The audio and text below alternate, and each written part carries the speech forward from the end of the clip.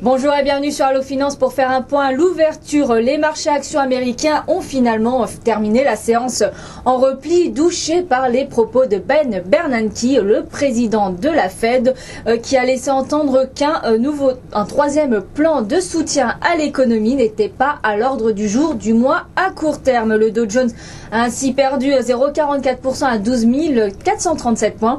Alors que le Nasdaq glissait pour sa part de 1,22% à 2763 points. A contrario, le vert l'a emporté en Asie. Le pessimisme ambiant n'a pas entamé le moral des opérateurs ni la progression des indices asiatiques portés par les bons résultats de Google.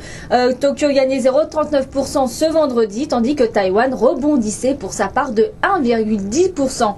Mais l'ouverture parisienne n'a pas été du même acabit. Le rouge sera tendance et est tendance en ce dernier jour de cotation hebdomadaire. Paris 7,069% à 3726 points.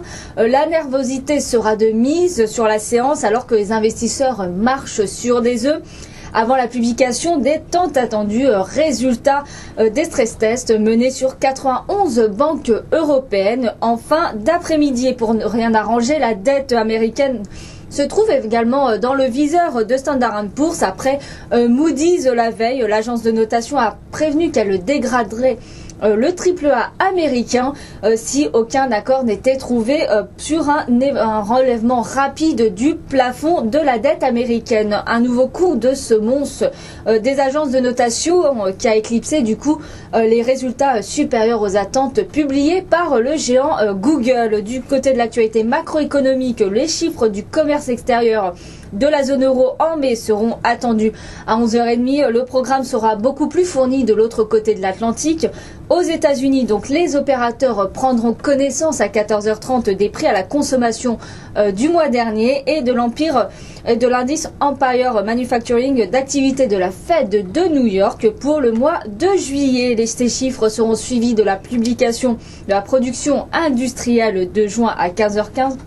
Puis de la première estimation de l'indice Reuters Université de Michigan de confiance du consommateur pour le mois de juillet à 15h55. Sur le front des valeurs, parmi les seuls rescapés du jour, Essilor International grimpe de 0,36% à 55,91 € et Michelin grignote 0,03% à 64,62 €, soutenu par une note de Goldman Sachs qui a relevé le fabricant de pneumatiques de vendre à neutre avec un objectif de cours à 94 €. À l'inverse, ST Microelectronics plonge de 2,88% à 6,31 € après que Morgan Stanley eut dégradé le dossier de surpondéré à pondération en ligne. Le titre du spécialiste des semis est suivi du compartiment bancaire qui est sous pression dans l'attente de la publication des résultats des tests de résistance du secteur bancaire européen. BNP Paribas cède de 40% à 44,94 €, Natixis 1,95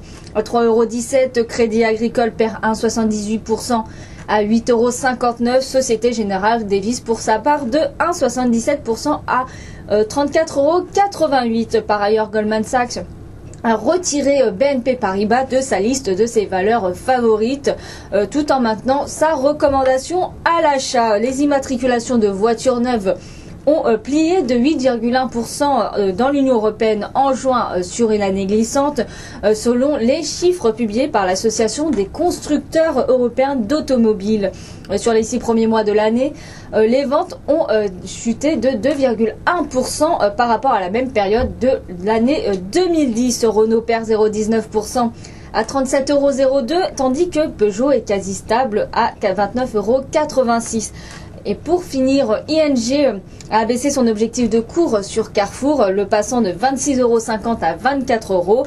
Le titre du distributeur perd 0,87% à 21,63 €. Sur le marché d'échange, l'euro reprend des couleurs face au dollar à 1,4128 après l'avertissement de Standard & Poor's sur la dette américaine. A contrario, cette même décision a pesé sur le baril de pétrole. Le WTI se négocie à 95,60 $, tandis que le Brent cède de 0,20% à 116,02 $. L'or plie de 0,61% pour revenir sur les 1580 $ l'once à 1540 $ l'once plus précisément. Voilà ce qu'on pouvait dire à l'ouverture. À très bientôt sur Allo Finance.